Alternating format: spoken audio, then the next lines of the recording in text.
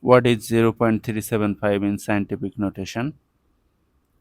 That is, to write the decimal point 0.375 in scientific notation, we have to follow this formula: a times 10 raised to the power n.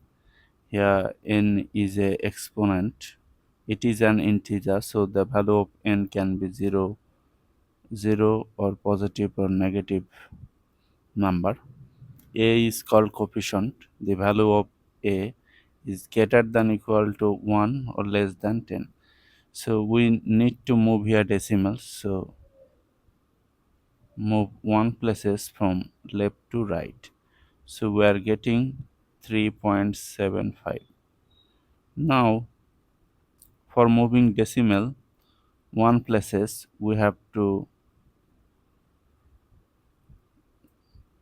raise the power of 10 negative 1.